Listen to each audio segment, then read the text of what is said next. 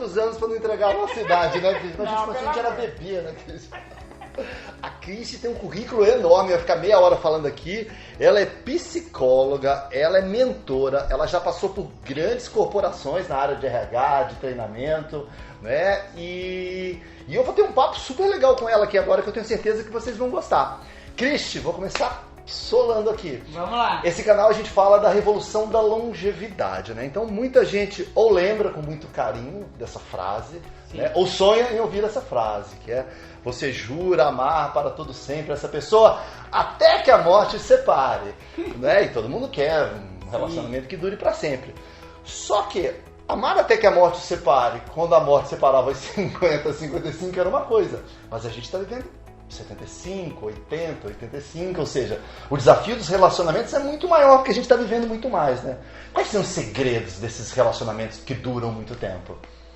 Então, Alexandre, isso que você falou é um dilema, né? Eu falo bem grandioso. Um dos segredos é, de fato, descobrir o que funciona para os dois, o casal. Porque a gente sabe que tem muitas regrinhas, né? Muito certo, errado, bom, ruim, que isso vai impactar na não longevidade ou numa longevidade que não é saudável. Então, um dos segredos é descobrir o que funciona para o casal, o que serve. O que, não tem regra, tem que viajar todo mundo junto, sempre. Por quê? Por que não pode um viajar sozinho, o outro viajar com as amigas, com os amigos, com os filhos, tal? E quem tem filhos, principalmente, lembrar que um dos segredos é manter primeiro o casal na prioridade e depois os filhos.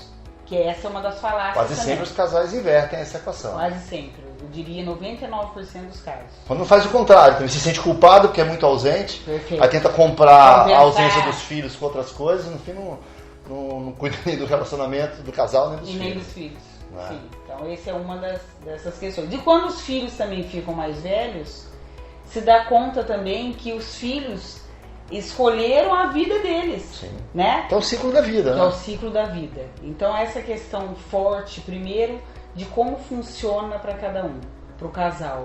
O que é saudável para os dois.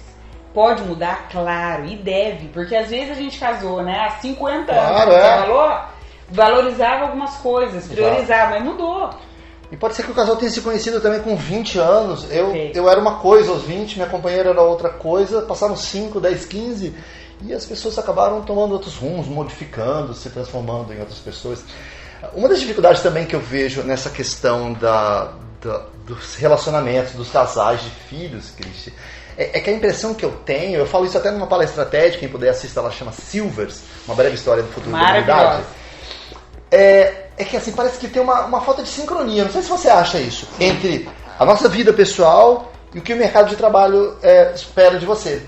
Por exemplo, normalmente o período em que as empresas, o mercado mais está exigindo de você é ali entre os 28 e 45 anos de idade. Normalmente ninguém exige tanto de você aos 20 anos de idade, você ainda está terminando a sua formação, né? Então esse período, 28, 30, 35, 40, 45 anos, o mercado exige 300% de você. E é justamente o período que coincide com a maternidade. Porque normalmente a gente tem filhos por volta dessas idades. Então, quando os filhos estão implorando sua presença, o mercado profissional, o mercado devorador de almas está te engolindo. Né? E a gente fica nessa ansiedade. Okay. E aí depois, quando você passa dessa idade, 45, 50, seus filhos viraram aborrecentes, aí eles não querem ficar com você, e o RH te acha velho. Né? Você já trabalhou em RH, tem muito isso ainda, de achar que profissional acima de 50 não deveria. Mas acho que ainda tem um pouco dessa visão. Eu acho que tem mudado, justamente por isso que você falou, porque tem esse paradoxo, né, da questão do trabalho, a mulher escolhe a maternidade, né, e aí entra um dilema. Sim. E aí muitas mulheres, na verdade, escolhem outros caminhos, as empresas também estão deixando, né, de reter, perdendo grandes talentos. Perdendo os grandes talentos. Grandes talentos. Então isso ainda tem, mas eu vejo que é uma tendência que tem mudado, principalmente, por exemplo, essa questão de home office, né, de ter mudar a produtividade. Se a pessoa está mais inteira em casa, ela produz às vezes 10 vezes mais do que está lá presente e ausente. Claro. Né? Então tem essa questão do dilema e tem a questão também de valorizar o tempo que está com o outro, tanto no casal como no trabalho. Como é que eu estou presente, né? Porque esse é um grande dilema também. Como é que eu estou aqui com o Alexandre presente, usufruindo desse bate-papo e ao mesmo tempo tem outras coisas que são importantes na minha vida. Sim. E às vezes eu fico com a impressão que a gente tem uma angústia perpétua, né? Assim, uma vez eu me peguei, Cris, eu tava vendo um vídeo no YouTube, não lembro mais que vídeo que era, mas tava legal, tava super legal o vídeo. Era um vídeo, sei lá quantos minutos tinha, era tanto assim. E tava super legal. Aí acaba com uma força demoníaca, diabólica, surgiu de dentro de mim, pegou meu dedo e arrastou o negócio pro fim. Arrastou, sabe aquele cursor pro fim do vídeo? E eu falei, por que eu fiz isso? Tá legal o vídeo, tá bacana, eu tô gostando, por que eu quero que acabe? Então a impressão que dá, a gente não tá mais em lugar nenhum. Então você tá no trabalho, você tá angustiado com a sua casa, aí você chega em casa, você fica com ansiedade do problema do trabalho do dia seguinte, né? E aí você fica nesse ciclo que você não tá aqui nem agora, em lugar nenhum. Né? Então muitas vezes essa questão dos casais ou do relacionamento com os filhos, a gente... não só a quantidade do tempo às vezes parece que não é adequada, mas a qualidade do tempo, a gente está sem estar. A gente é um omisso presente fisicamente. A gente está presente fisicamente, mas no fundo a gente é um ausente. É uma não presença, porque a gente está em outra dimensão. Né? Então acho que às vezes falta resgatar também o tempo de qualidade. Né? E esse tempo de qualidade...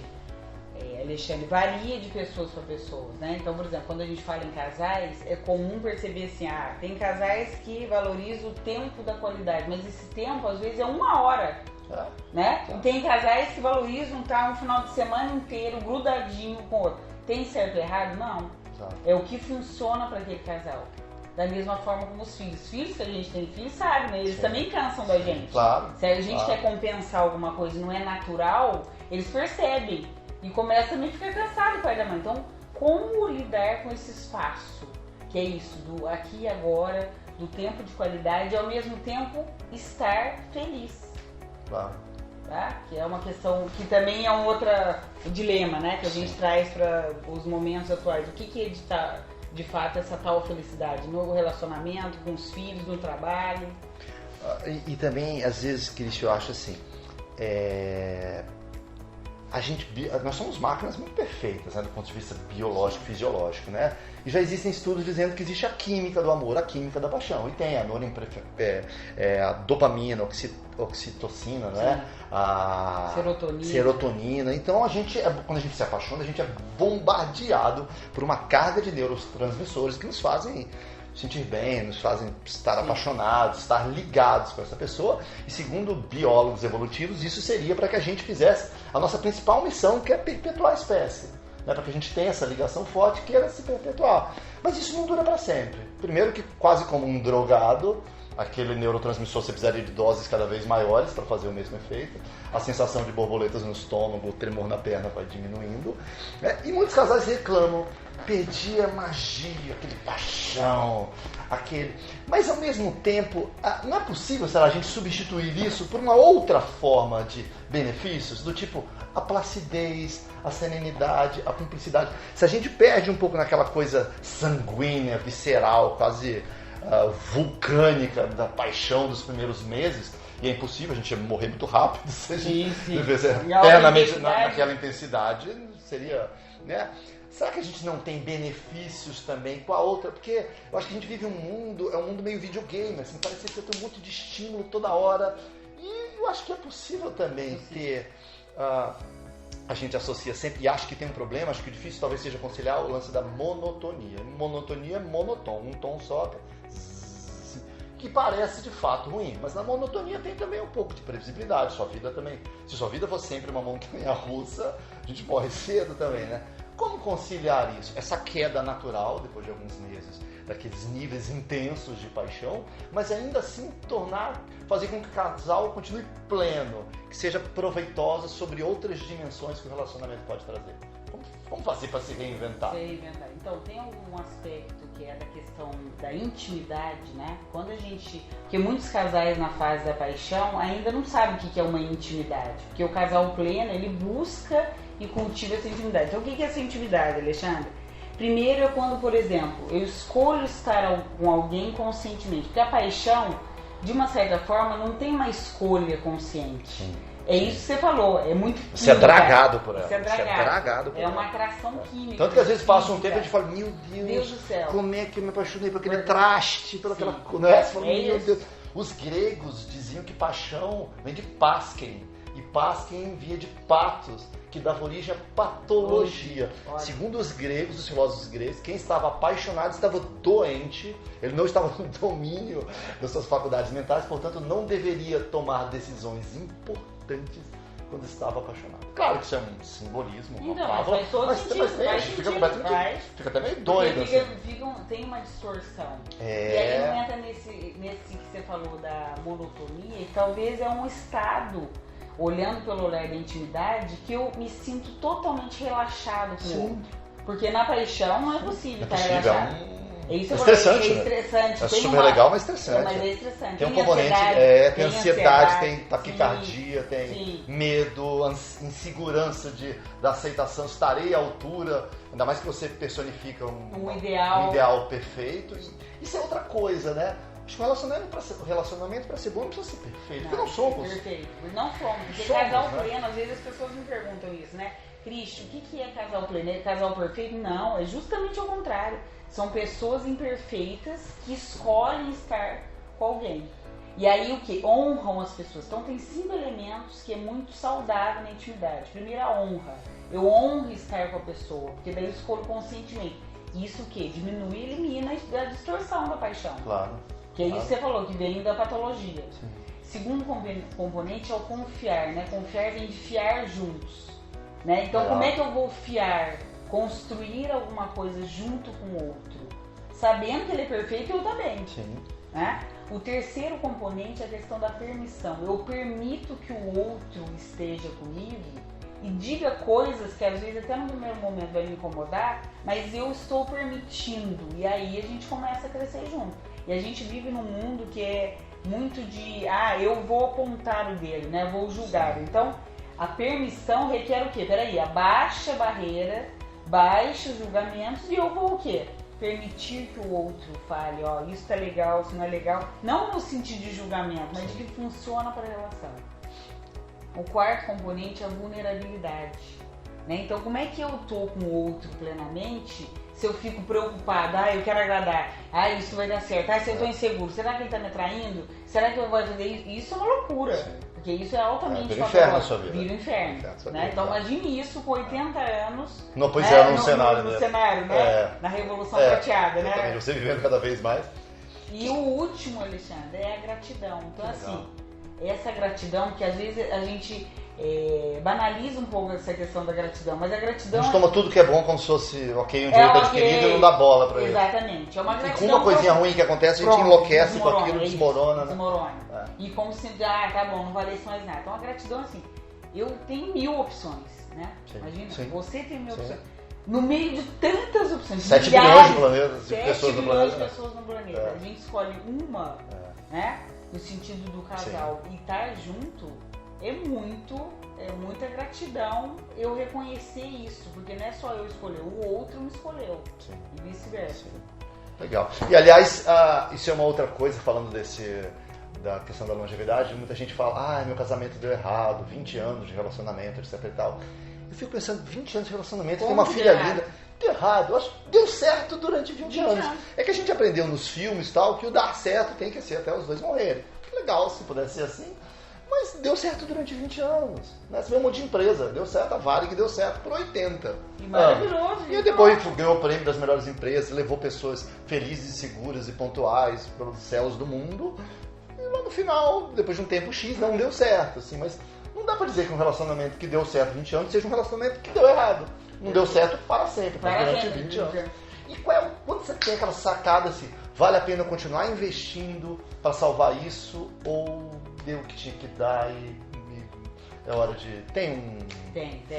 Boa sacada, boa constatação. Tem primeiro essa questão dos 20 anos, né? E normalmente 20 anos a pessoa, deu errado. Na verdade, gente, não deu nada errado, deu muito certo. Sim. Inclusive quando tem filhos. Né? E aí, já tem uma dica aí. Se você daí percebeu que não dá mais, porque às vezes não funciona mais para os dois juntos, porque as pessoas mudaram de valores, isso é natural. Né? Foram por caminhos diferentes.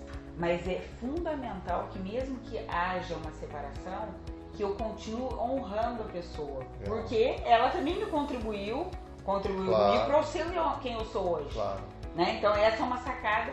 E inclusive porque isso vai, entre aspas, é uma determinação, sim, como eu vou me relacionar com outra pessoa. Porque se de alguma forma eu menosprezo o relacionamento que eu tive, imagino, de 20 anos, como que eu vou ser capaz de atrair uma outra pessoa, escolher alguém para crescer juntos de uma outra forma, né? De uma maneira, sei lá, com outro funcionamento e tal.